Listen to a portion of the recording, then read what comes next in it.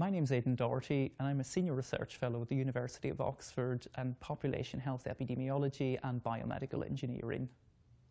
What is population health epidemiology? Well, it focuses on the causes of diseases such as cardiovascular disease, where we ask people the types of lifestyle behaviours they do, such as physical activity, and we follow them up for many years to see who develops cardiovascular disease and who doesn't. And within that, traditionally we have asked people how much exercise they do, for example, rather than objectively measuring it. My research focuses on using new devices such as wrist-worn accelerometers and wearable cameras that take first-person point-of-view images. These devices capture a lot of data. For example, we would take many tens of thousands of pictures per week and many hundreds of millions of movement readings per week from the accelerometer. For example, when a person goes to work on the accelerometer trace, we can see high motions for when they might be walking or cycling, and then when they get to the office, we see not so much motion.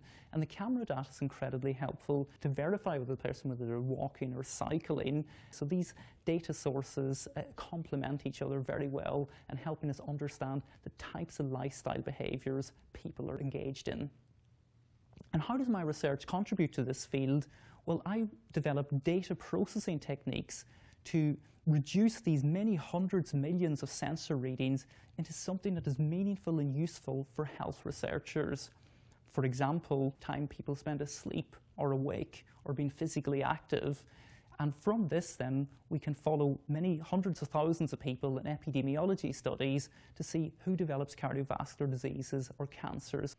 In terms of my specific contributions to this field, if we consider previously it might have taken around 18 to 20 minutes to process just one person's data, that means it would have taken 3.5 years to process the UK Biobank data set, which follows 100,000 people, which I contribute to.